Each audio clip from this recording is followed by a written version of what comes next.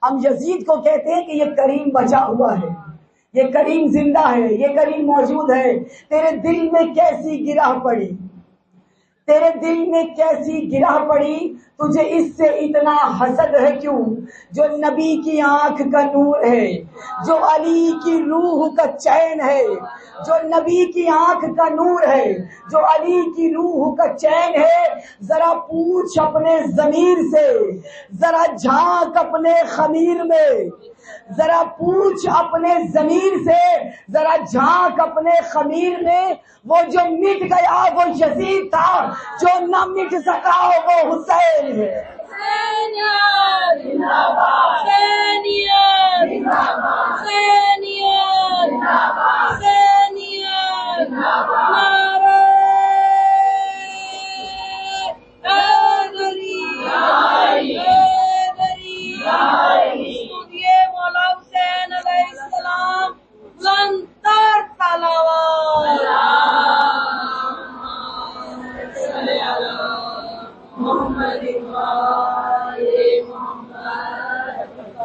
ایک مرتبہ اور درود پوچھیے۔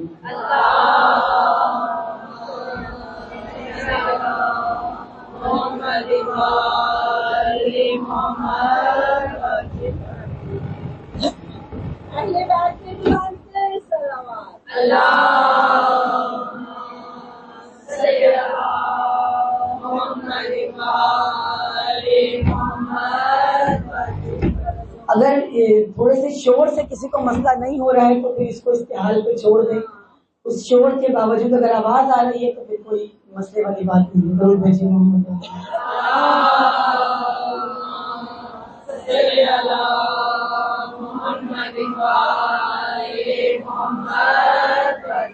معرفت امام حسین کا جہاں ایک پہلو یہ قریب ہونا ہے، وہاں مولا حسین کی زندگی کا، ان کے معرفت حاصل کرنے کے لیے امام کی حیات کا ایک پہلو ہے محبت۔ جہاں مولا حلیم ہے، مولا کریم ہے، وہاں امام حسین محبت کرنے والے بہت ہیں۔ مولا حسین ہم سب سے محبت کرتے ہیں، اور ہم سب سے محبت کرنے کی دلیل یہ ہے کہ آج ہم یہاں بیٹھے ہیں۔ ہم تو محبت کرتے ہیں اپنے مقام پہ، اپنی جگہ پہ، لیکن اگر کسی کو یہ شرف حاصل ہوا ہے کہ وہ اس فرش عزا پر بیٹھا ہے تو یہ مولا حسین کی محبت ہے۔ کیونکہ مقام محبت میں، جو مقام محبت ہوتا ہے نا وہ بڑا بلند ہوتا ہے۔ مقام محبت میں جہاں ذات امام حسین ہے وہاں پہ اور ذاتیں بڑی کم نظر آتی ہیں۔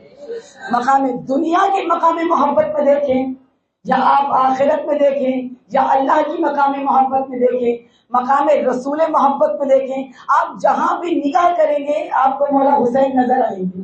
محبت کے دو پیمانے ہیں نا، اگر بڑا محبت کرے چھوٹے سے تو یہ کیا ہے؟ یہ ناز برداری ہے۔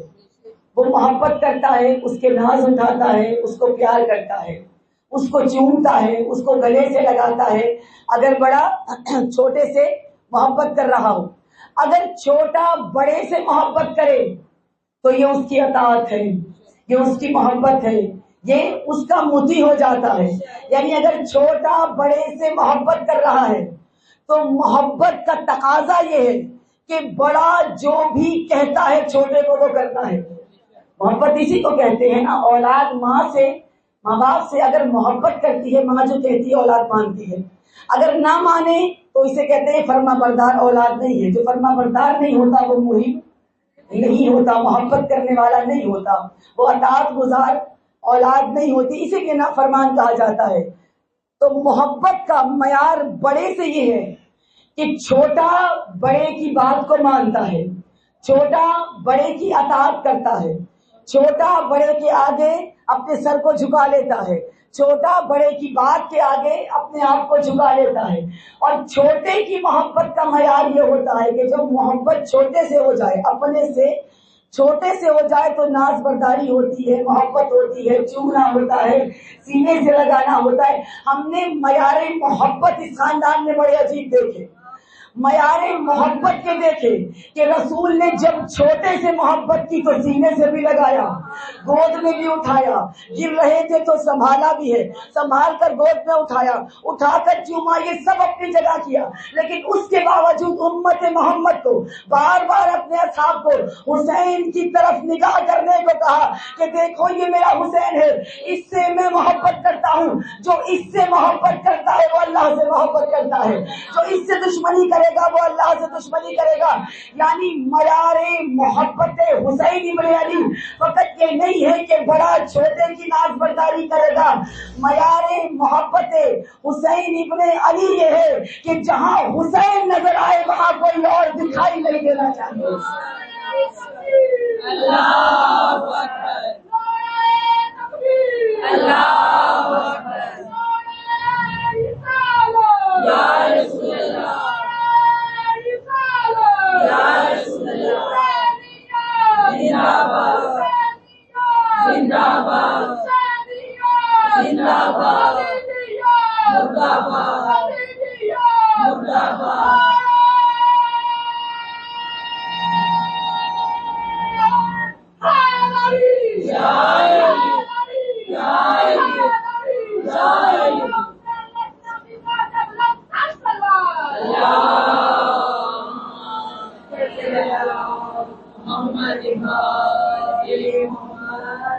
اوصاف انبیاء کا آئینہ دار حسین، اطاعت خدا میں سب سے اول حسین، جناب فاطمہ الزہرا کا نور نظر حسین، رسول خدا کا نور عین حسین، علی ابن ابی طالب کے دل کا سکون حسین، تمام کائنات کی محبتوں کا مرکز حسین، اللہ کے کمالات کے اوصاف کا مرکز حسین، ہر معجزے کا پیروکر حسین، ہر کائنات کے جتنی محبتیں جمع کی جائیں تمام محبتوں کا اصل حقیقت اور مرکز حسین، تمام فرشتوں کا مرکز عشق حسین، تمام کائنات کو جہاں جہاں پر جتنا حسن ہے تمام حسن کو سمیٹا جائے تو حسن کا مرکز حسین ابن علی کی ذات ہے۔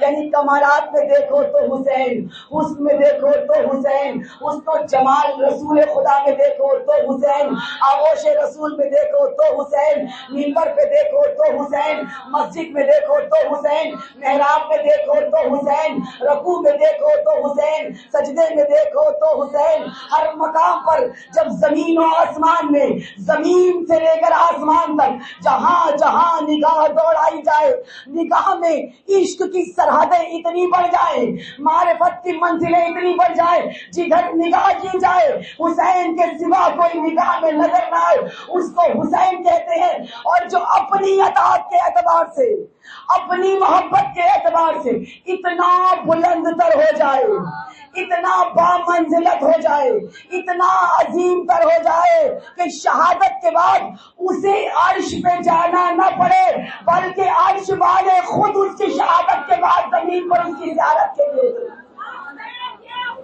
لبیک یا حسین، لبیک یا حسین، لبیک یا حسین، یا علی، یا علی، یا علی، اللہم صلی علی محمد وآل محمد وسلم۔ اطاعت کے اس مقام پر ہے مولا حسین، اتنی محبت خدا سے کہ جہاں خدا ہے اس کے سوا مولا حسین کو کچھ دکھائی نہیں دیتا۔ اسی لیے کربلا کو جلوہ گائے توحید بھی کہا جاتا ہے، جہاں توحید جلوہ گر ہو رہی تھی، جہاں توحید ایک ایک لاش سے جلوہ گر تھی، بدن کے ایک ایک ٹکڑے سے وہ نور جھلک رہا تھا، وہ اطاعت، وہ توحید جھلک رہی تھی جو مولا حسین میں تھی۔ حسین آخری ایام اس عشرے کے اور کل شہادت مولا حسین، بڑے قیمتی دن ہیں۔ بی بی اپنے بیٹے کا پرسہ لینے کے لیے آئی ہے، یہ بڑے اداسی کے دن ہوتے ہیں، یہ بڑے یہ ہنسنے کے دن نہیں ہوتے، یہ غم کے دن ہوتے ہیں۔ پوری کائنات غمگین ہوتی ہے غم حسین میں۔ جہاں پوری کائنات غمگین ہے، کبھی سوچا ہے اس جگہ کا کیا حال ہوگا جہاں ایک بہن اپنے بھائی کے زخمی بدن کو دیکھ رہی ہے؟ پروردگار آپ کے پرسے کو قبول کرے۔ میں آج ضرور کہوں گی کہ شرما کے نہیں رونا، آج شرما کے نہیں رونا، آج جو حق ہے رونے کا، آج جس کو رونا ہے نا، اس بہن کی بڑی حسرت تھی، کوئی تو ہو جو آ کر مجھے حسین کا پرسہ دے، کوئی تو ہو جو آ کر مجھے کہے کہ زینب تیرا بھائی مارا گیا، زینب تیرا حسین مارا گیا، کوئی تو ہو جو بہن کو آ کر کہے کہ زینب تیرے حسین کے لاش کے ٹکڑے پڑے ہوئے ہیں، زینب ہم تجھے ان ٹکڑے ٹکڑے بدن کا پرسہ دیتے ہیں۔ اگر اس طرح سے پرسہ دینا ہے جیسے کسی اجڑے ہوئے گھر میں کسی بہن کے سامنے سے اس کے بھائی کا لاشا جا رہا ہوتا، جیسے کسی ماں کے سامنے اس کے جوان کا لاشا جا رہا ہوتا، آج ایسے پرسہ دینا ہے۔ اگر مولا حسین زخمی بدن کے ساتھ سر سے لے کر پاؤں تک مولا حسین کا بدن زخمی ہے، اور آئے جناب زینب کے پاس اور آ کر کہا زینب وہ کرتا پرانا لباس جو میرا ہے وہ مجھے نکال کے دے دو۔ بیوی نے نکال کے دیا، مولا حسین نے اور کرتے کو چاک کیا، بدن پر اس کرتے کو پہنا، اس کے اوپر جنگی لباس کو پہنا۔ جناب زینب نے کہا بھیا اس کو مزید کیوں بوسیدہ کر رہے ہو، مزید کیوں پھاڑ رہی ہیں، یہ تو پہلے ہی بوسیدہ ہے۔ کہا زینب میرا بڑے کمینے دشمن سے واسطہ پڑا ہے، یہ میرے بدن پہ اس لباس کو بھی نہیں چھوڑیں گے۔ عزاداروں کو یا بہن نے بھائی کی زندگی میں اپنے بھائی کو کفن پہنایا، خدا کسی بہن کو یہ منظر نہ دکھائے۔ جناب زینب نے تیار کر کے مولا حسین کو بھیجا۔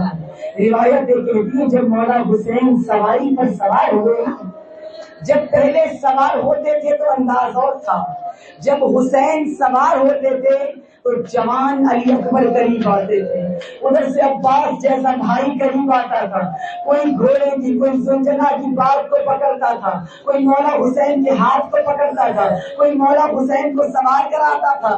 مولا حسین نے دائیں بائیں دیکھا، کوئی نظر نہیں آیا۔ ایک مرتبہ آواز دی بیٹا علی اکبر، اے میرے بھائی عباس تم کہاں چلے گئے؟ ارے کوئی حسین کو سوار کرنے والا باقی نہیں ہے۔ جب یہ آواز مولا حسین کی بلند ہوئی ہے نا تو جناب زینب اپنے خیمے سے نکلی اور نکل کے کہا حسین میں سوار کرنے کے لیے آئی ہوں۔ حسین ابھی زینب زندہ ہے، حسین زینب سوار کرنے کے لیے آئی ہے۔ عزاداروں بہن نے بھائی کو سوار کیا، حسین میدان کربلا کی طرف چلے اور ایک آواز دیتے جاتے تھے آؤ بھوکے کی جنگ دیکھو، آؤ پیاسے کی جنگ دیکھو، اور تم نے میرا علی اکبر مار دیا، تم نے میرا زورے کمر مار دیا، تم نے میرا عباس مار دیا، آؤ حسین کی جنگ دیکھو، آؤ علی کے بیٹے کی جنگ دیکھو۔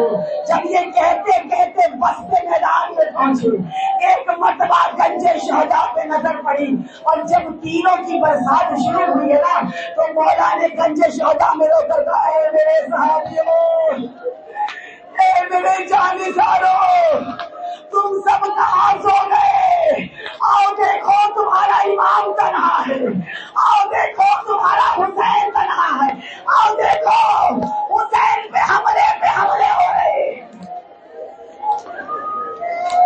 نام حسین میدان کربلا میں جنگ کر رہا ہے علی کا بیٹا، اور اس جنگ کے دوران لئیموں نے کہا کہ گھیرے کو تنگ کیا جائے، حسین کے قریب اپنی سواریوں کو لے کر جاؤ، اور دیکھو تینوں کی برسات رکنی نہیں چاہیے، جو کوئی حسین کے قریب جا سکتا ہے جا کر حسین کے قریب سے نیزوں سے وار کرو، اور تمہارے تینوں کا نشانہ حسین ابن علی کا بدن ہونا چاہیے، اداکاروں چاروں طرف سے تیر چلے، پروردگار آپ کے پرسے کو قبول کرے، چاروں طرف سے تیر چلے، بدن حسین پر تیروں کی برسات ہے۔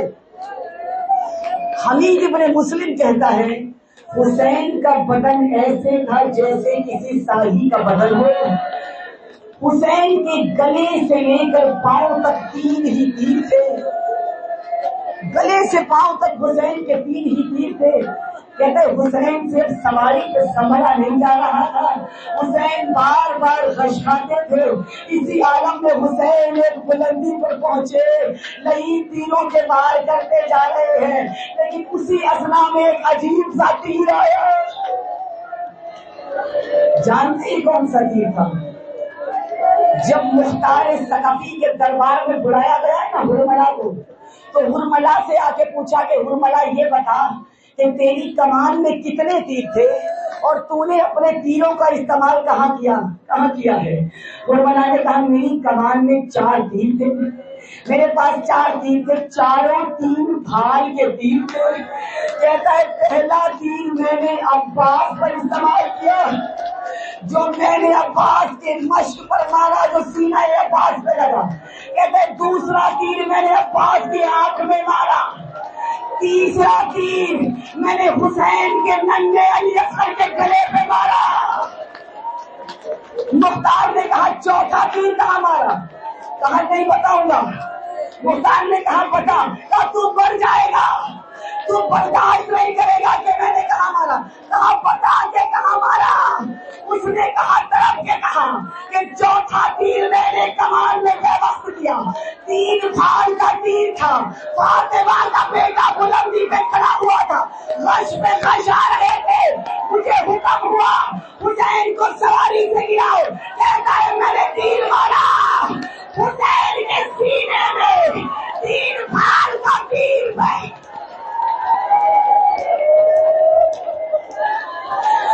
3 بھال کا تیر حسین کے سینے میں بے وقت ہوا، سینے کی ہڈیاں ٹوٹی، اب حسین سنبھل نہیں سکے،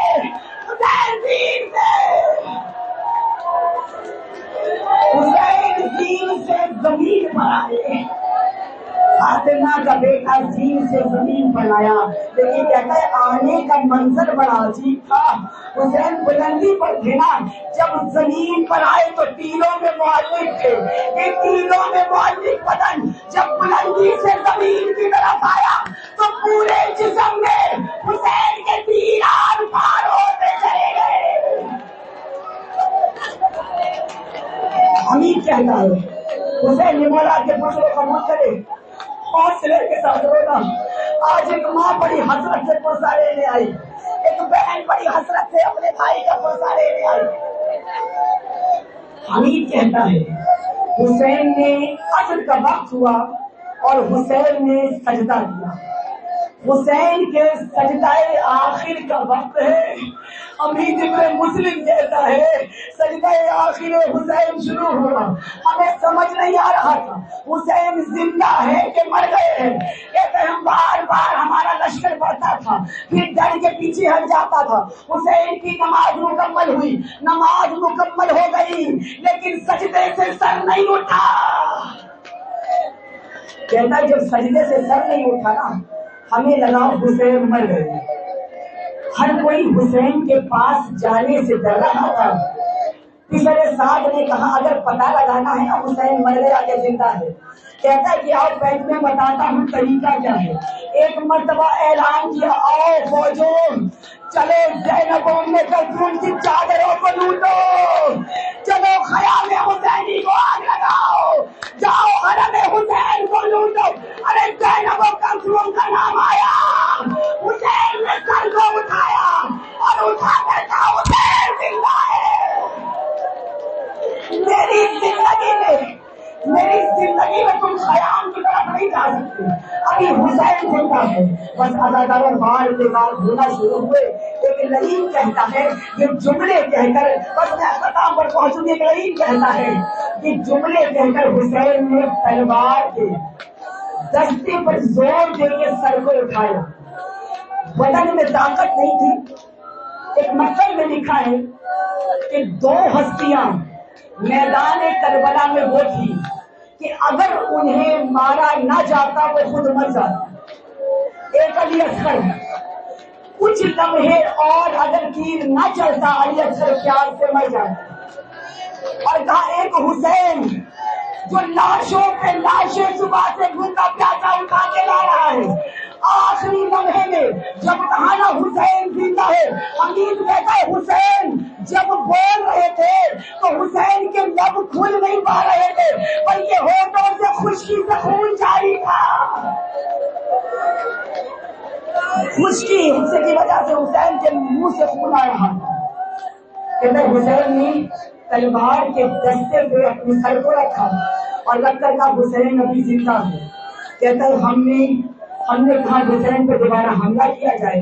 ایک لڑی حسین بن نمیر لڑی لعنت کرے خدا اس پر، وہ کہتا ہے میں نے اپنی کمان میں ایک نوکیلے پتھر کو بھرا، کمان میں نوکیلا پتھر بھر کر حسین کا نشانہ لگا لیا، جا کر پتھر حسین کی پیشانی میں پیوست ہوا. حسین لڑکھڑا کر جب دوبارہ گرے اب اعلان کیا جاؤ حسین کے گلے کو کاٹا جائے، اب حسین کے گلے کو کاٹا جائے. ارے کبھی کوئی آتا لیکن کسی سے حسین کا گلا کاٹا نہیں گیا. لیکن شمر لعین اپنی تلوار کو لہراتا ہوا حسین ابن علی کے قریب آیا، حسین کی پشت پہ سوار ہوا. چوری والے خدا کے پرسے کو قبول نہیں، یہ حق ہے رونے کا، یہ حق ہے پینے کا. چوری والے ہیں زیارت ناحیہ میں امام زمانہ سلام کرتے ہیں اس امام پر کہ جس کی پشت پر شمر لعین سوار تھا اور کند خنجر سے پشت کی طرف سے حسین کے گلے کو کاٹ رہا تھا. امام زین العابدین زیارت میں فرماتے ہیں میرا سلام ہو میرے اس قدر بزرگوار پر جس کے سینے کے اوپر شمر لعین سوار تھا اور ان کی داڑھی کو بار بار کھینچتا چلا جاتا تھا. اب اگر ایک نے کہا کہ پشت پر، ایک نے کہا کہ سینے پر، اب پرسے کے لیے یہ جملہ کافی ہے اور انشاءاللہ کل تک روتے ہوئے چلے جائیں گے. کیا کہا کہ پشت پر، ایک نے کہا کہ سینے پر. جانتے ہو شمر نے کیا کیا؟ پہلے پشت پر سوار ہوا، خنجر کے وار کیے، پھر اترا، زلفوں سے پکڑا، پکڑ کے سیدھا کیا، سینے پر سوار ہوا، سوار ہو کر حسین کی داڑھی کو بیچا، پھر الٹا کی.